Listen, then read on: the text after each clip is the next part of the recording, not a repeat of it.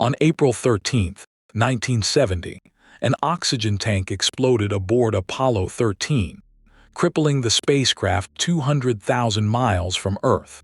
Astronauts Jim Lovell, Jack Swigert, and Fred Haise faced almost certain death. NASA brought them home.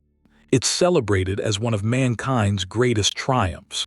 But there's a memo NASA classified for 30 years. A memo that reveals the explosion wasn't an accident. It was preventable, and NASA knew it. This is buried truths. Apollo 13 was supposed to be routine, the third crewed lunar landing mission. By 1970, Americans had already walked on the moon. Twice. The public was bored with space exploration. Ratings were down. Interest had moved on. Jim Lovell was a veteran astronaut, 2 previous missions in space. Jack Swigert was a test pilot. Fred Haise was an engineer and experienced aviator. These were exceptional men, but they weren't celebrities.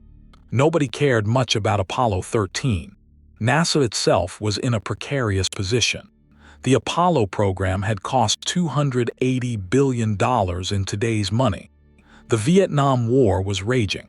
Public support for space exploration was evaporating. NASA needed Apollo 13 to succeed, not because it was scientifically crucial, but because they needed to prove that space exploration was still worth the investment. The mission profile was familiar. 3 days to the moon, 3 days on the surface, 3 days back, 9 days total. Everything was designed to be safe. Redundant systems, backup systems, systems for the backups. The spacecraft was the most reliable machine humanity had ever built. But hidden in the electrical systems was a ticking time bomb. Apollo 13 had 2 oxygen tanks in its service module. They provided breathable oxygen for the crew. They provided oxygen for fuel cells that generated electricity and water. They provided pressurization for various systems. One of those oxygen tanks, tank number 2, had a history. During manufacturing, tank number 2 had been dropped. Not catastrophic, but engineers noted it. The tank was inspected, found to have no visible damage, and was approved for use. It was installed in Apollo 13, but the internal damage was there. A small dent, barely visible, but enough to crack the internal components. The thermostat that monitored temperature was broken. Warning systems designed to detect problems wouldn't work. When oxygen tanks are prepared for flight, they're heated. The thermostat in tank number 2 was designed to cut off power at 65 degrees Celsius. But it couldn't, it was broken. It was stuck in the closed position. During pre-flight preparation, tank number 2 was heated for hours. Past 65 degrees, past 80 degrees, it kept climbing. The insulation inside the tank began to degrade. The wiring that powered the heating element began to corrode. Engineers noticed something was wrong. Some recommended replacing the tank. Others said it was fine. It passed final inspection. Tank number 2 was installed in Apollo 13. The spacecraft was cruising smoothly toward the moon. The crew was in good spirits. At 55 hours and 54 minutes into the mission, Jack Swigert flipped a switch. It was a routine procedure. The oxygen tanks needed to be stirred periodically to ensure even cooling. Swigert activated the stirring fan in oxygen tank number 2. The fan started to spin. It generated friction.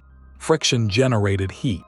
Inside tank number 2, the damaged wiring had corroded further. The insulation was compromised. The wiring was exposed. The spinning fan created a spark. The spark ignited the exposed wiring. But it didn't just ignite the wiring. It ignited the Teflon insulation. Teflon is flammable in pure oxygen at high pressure. Inside tank number 2, the temperature spiked to over 1,000 degrees Celsius. The pressure exploded exponentially. The tank ruptured violently. The explosion ripped through the service module. It ruptured both oxygen tanks. It damaged the fuel cells. Aboard the spacecraft, the crew felt a violent jolt. Alarms started screaming. The spacecraft was venting oxygen into space. Jim Lovell transmitted the now-famous message, "Houston, we've had a problem." What the public doesn't know is that NASA knew tank number 2 was dangerous before Apollo 13 launched. In March of 1970, 1 month before launch, an engineer at NASA's Marshall Space Flight Center named George Mueller wrote a memo. Mueller documented the drop. He documented the damaged thermostat. He documented the overheating during ground preparation. His conclusion was clear. Tank number 2 should be replaced before the spacecraft flew. But Mueller's recommendation was buried in a stack of pre-flight reviews. It was classified. It was filed away. It was never communicated to the flight crew.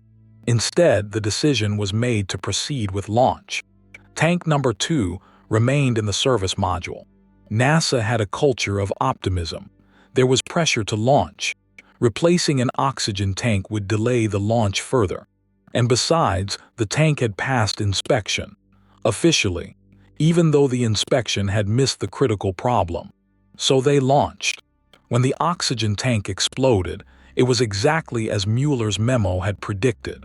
For 30 years, Mueller's memo remained classified. The public didn't know that the explosion was preventable. In 2000, Mueller's memo was finally declassified. The explosion wasn't just an accident. It was a consequence of a decision made by NASA management. If Mueller's recommendation had been followed, the crew would have landed safely on the moon as planned. No crisis, no explosion. But it raises a darker question. What if the crew hadn't survived? 3 men would have died because of a known risk that was ignored.